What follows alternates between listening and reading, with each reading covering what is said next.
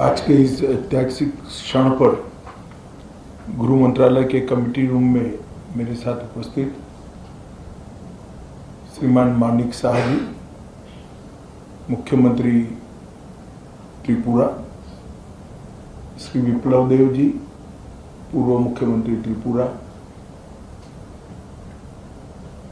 त्रिपुरा मोर्चा के स्थापक अध्यक्ष प्रद्युत जी,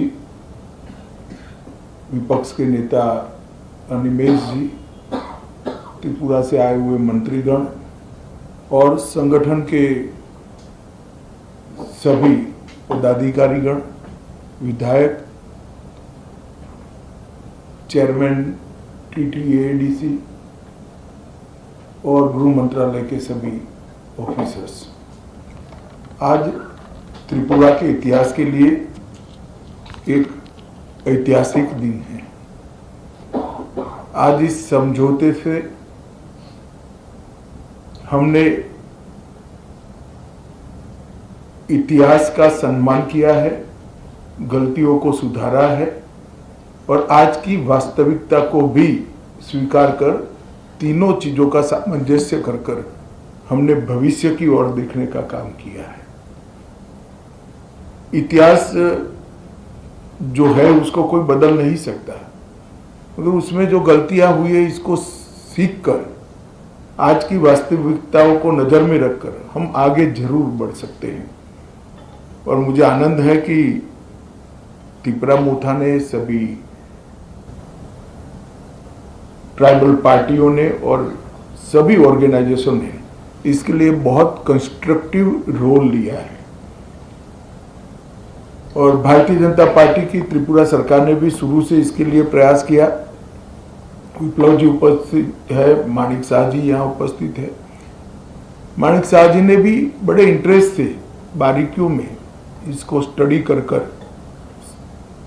अंजाम तक पहुंचाने में बड़ी अच्छी भूमिका अदा की है।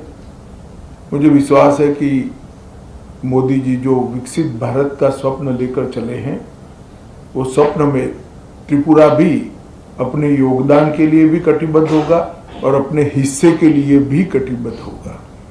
जब विकसित भारत बनेगा उस वक्त त्रिपुरा भी विकसित त्रिपुरा के रूप में आगे पर स्वप्नों के साथ आगे बढ़ेगा। प्रधानमंत्री जी के नेतृत्व में गृह मंत्रालय ने उग्रवाद मुक्त, हिंसा मुक्त और विवाद मुक्त नॉर्थ ईस्ट की कल्पना को साकार करने का प्रयास किया है। हमने ढेर सारे संगठनों से बात की, सरेंडर्स भी बहुत हुए। करीब करीब 10,000 लोग हथियार छोड़कर मेन स्ट्रीम में आए हैं और इसी के कारण आज नॉर्थ ईस्ट में विकास का एक माहौल बना है। ब्रू रियांग का समझौता हो या सीमाओं का समझौता हो, शुरुआत उसकी त्रिपुरा से ही हुई थी और ये टर्म में अब क्योंकि हम चुनाव में जा रहे हैं, अंतिम समझौता भी त्रिपुरा का हो रहा है। 2019 में NLFT SD के साथ समझौता हुआ था, 20 में ब्रू समझौता हुआ, 20 में बोडो समझौता हुआ, 21 में कार्बी समझौता हुआ, 22 में आदिवासी समझौता हुआ, 22 में असम मेघालय अंतर्राज्यीय सीमा का समझौता हुआ, 23 में असम अरुणाचल अंतर्राज्यीय सीमा का समझौता हुआ, 2023 में दिमासा शांति समझौता हुआ, 2023 में UNLF का समझौता हुआ और 2023 में ही उल्फा का समझौता हुआ और अब ये समझौता हो रहा है। तो कुल मिलाकर 11 अलग अलग प्रकार के सीमाओं से जुड़े हुए, अपनी पहचान से जुड़े हुए, अपनी संस्कृति और भाषा के लेकर संघर्ष करने वाले सभी के साथ सामंजस्य पूर्वक बात कर हमने संघर्ष को समाप्त करने की दिशा में काम किया है। मुझे बहुत आनंद है कि आज त्रिपुरा, हम विवाद मुक्त त्रिपुरा की ओर आज से आगे बढ़े हैं। मैं प्रद्युत देव जी को बहुत बहुत धन्यवाद करना चाहता हूं। भारत का इतिहास है, जब विभाजन की विभीषिका पूरा देश झेल रहा था, तब बांग्लादेश के सभी हिंदू परिवारों को शरण देने का काम आपके दादा ने किया था। महात्मा गांधी की अपील को उन्होंने सम्मान किया था, मगर बाद में कुछ ऐसी बातें हुई कि एक मतभेद भी हुए, थोड़े संघर्ष भी हुए। आज सभी लोग एक साथ मिलकर आगे बढ़ने का निर्णय कर आगे बढ़ रहे हैं। उस वक्त मैं इतना विश्वास दिलाना चाहता हूं कि आपके अधिकारों के लिए आपको कभी अब संघर्ष नहीं करना पड़ेगा।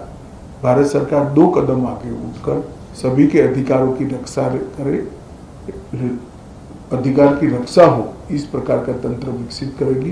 मैं फिर से सभी स्टेक होल्डर्स का बहुत बहुत धन्यवाद करता हूं। मैं एक बात जरूर कहना चाहूँगा, हमारे संदीप पात्रा जी ने भी बहुत बारीकी से, और पॉलिटिकल कारणों से मैं बड़ा व्यस्त चल रहा था, फिर भी मेरा समय खींचकर छीनकर इसको अंजाम तक पहुंचा है, तो पात्रा साहब का भी मैं धन्यवाद करता हूं। और आईबी की ओर से हमारे जो नेगोशिएटर हैं और जिन्होंने समझौते को मूर्त रूप दिया है, इस सभी को धन्यवाद कर मेरी बात की समाप्ति करता हूं। सभी को बहुत बहुत शुभकामनाएं और धन्यवाद।